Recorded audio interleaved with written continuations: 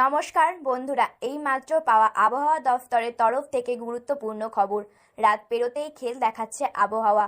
কলকাতা সহ দক্ষিণবঙ্গে লাফিয়ে লাফিয়ে বাড়ছে তাপমাত্রা। উত্তরবঙ্গেও কিছু কম নয়, সেখানেও তাপমাত্রা ক্রমশ ঊর্ধ্বমুখী। প্রতিদিন লাফিয়ে লাফিয়ে বাড়ছে তাপমাত্রা। ইতিমধ্যেই তাপ প্রবাহের সতর্কতা জারি করেছে হাওয়া অফিস।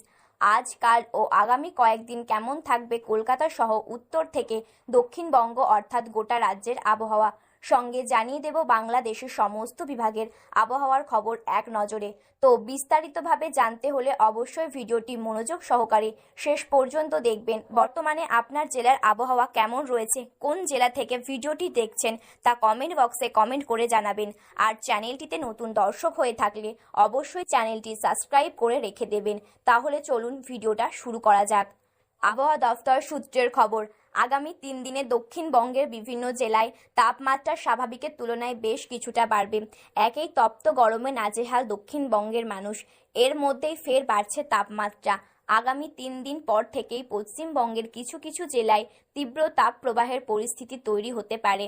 আজ কলকাতা আংশিক মেঘলা আকাশ থাকতে পারে, তবে আপাতত কলকাতা সহ দক্ষিণবঙ্গের কোনো জেলাতেই বৃষ্টির সম্ভাবনা নেই। আবহাওয়া দফতরের আপডেট অনুযায়ী আগামী 3 দিনে 3 থেকে 5 ডিগ্রি পর্যন্ত তাপমাত্রা বৃদ্ধি হতে পারে। 2 চব্বিশ পরগনা, পশ্চিম বর্ধমান, মুর্শিদাবাদ, 2 মেদিনীপুর, ঝাড়গ্রাম, পুরুলিয়া, বীরভূম জেলায় তাপপ্রবাহের সতর্কতা জারি করেছে আবহাওয়া দফতর।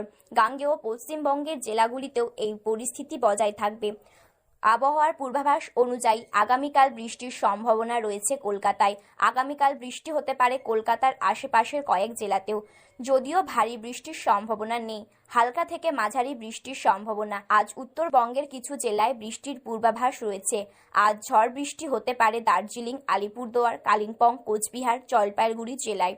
2 দিনাজপুর এবং মালদহে বৃষ্টির কোনো সম্ভাবনা নেই। হাওয়া অফিস জানিয়েছে, বিহারের পূর্বাংশে একটি ঘূর্ণবাত অবস্থান করেছে। এর জেরেই বৃষ্টি হচ্ছে উত্তরে। চলতি সপ্তাহে 2 থেকে 3 ডিগ্রি সেলসিয়াস পর্যন্ত পারদও চড়তে পারে। বাংলাদেশের আবহাওয়াবিদ মোহাম্মদ ওমর ফারুক জানান, সারা দেশে আজ এবং আগামীকাল বাংলাদেশের আংশিক মেঘলা আকাশ সহ প্রধানত শুষ্ক আবহাওয়া বিরাজমান থাকবে। এছাড়া চুয়ারডাঙ্গা, ফরিদপুর, চট্টগ্রাম, কক্সবাজার, বান্দরবান, রাঙামাটি এবং পটুয়াখালী জেলাসমূহে উপর দিয়ে মৃদু তাপ প্রবাহ বয়ে যেতে পারে এবং তা কিন্তু কিছু কিছু জায়গায় প্রশমিত হতে পারে।